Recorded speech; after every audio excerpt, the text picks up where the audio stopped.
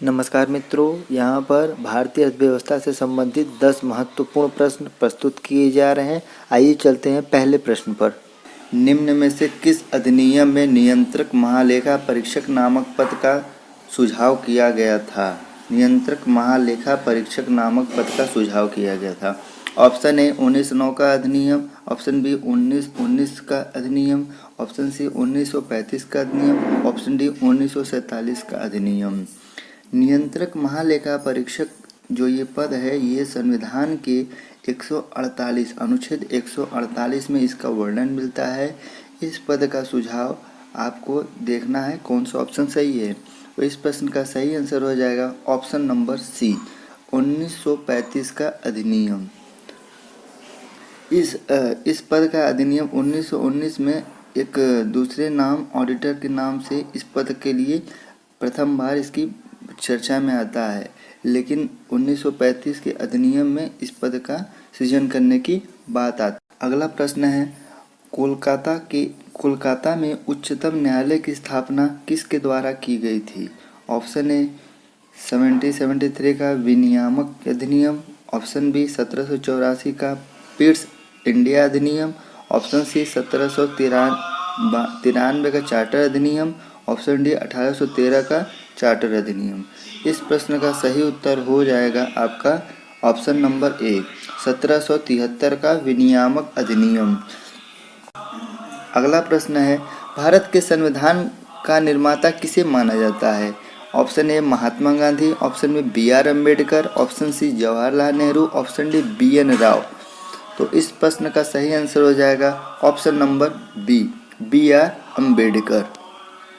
अगला प्रश्न है, निम्नलिखित में से भारतीय संविधान सभा का अध्यक्ष कौन था? Option A doctor Rajendra Prasad, option B Jawaharlal Nehru, option C M.A. Jinnah, option D Lal Bahadur Shastri. तो यहाँ प्रश्न पूछा जा रहा है, भारतीय संविधान सभा का अध्यक्ष कौन था?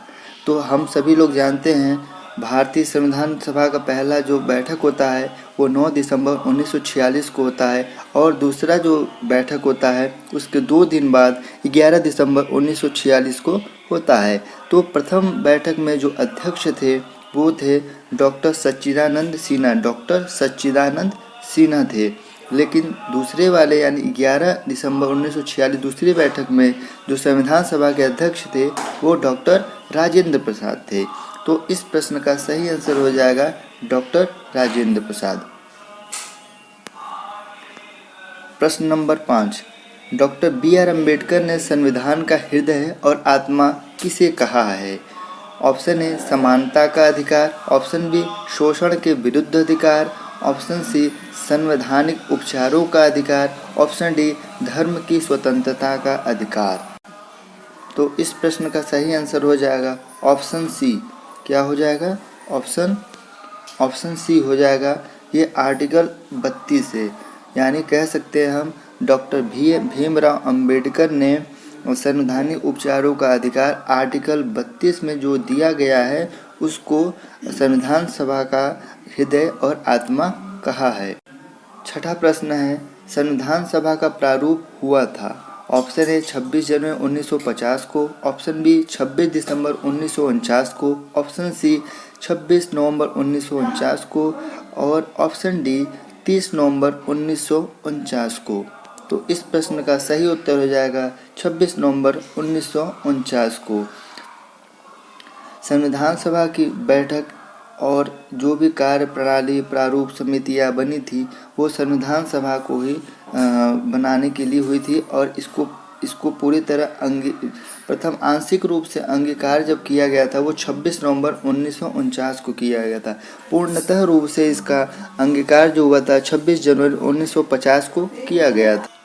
अगला प्रश्न है, भारतीय संविधान का प्रारूप गण समिति के अध्यक्ष कौन थे? Option A doctor Bhimrao Ambedkar, option B Pandit Jawaharlal Nehru, option C doctor Rajendra Prasad, option D J B. Kripalani.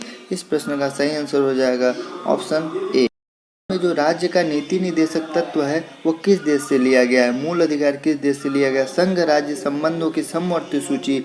Bharat राज्यों का संघ है तथा संघ में अधिक शक्ति निहित है। इन चारों भागों को किन देशों से लिया गया था? तो यहाँ हम ऑप्शन में देखते हैं ऑस्ट्रेलिया। ऑस्ट्रेलिया से समवर्ती सूची लिया गया था। राज्य के नीति निदेशक तत्व तो आयरलैंड से लिया गया था। कहाँ से लिया गया था? आयरलैंड से लिया गया था।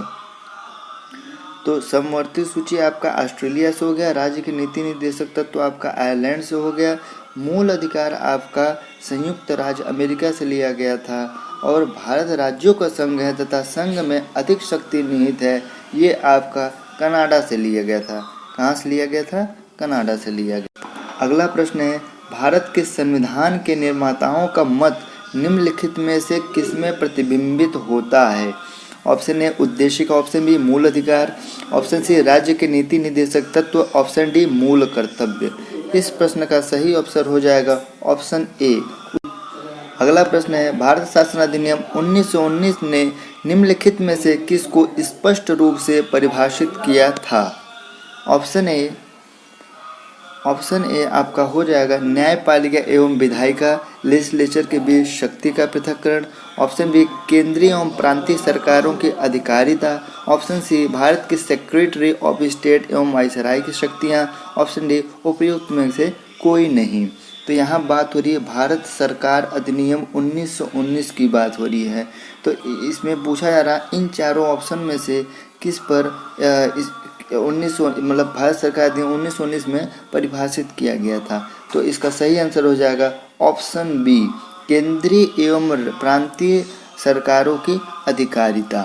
तो ये थे भारतीय राज्य व्यवस्था संबंधित 10 महत्वपूर्ण प्रश्न।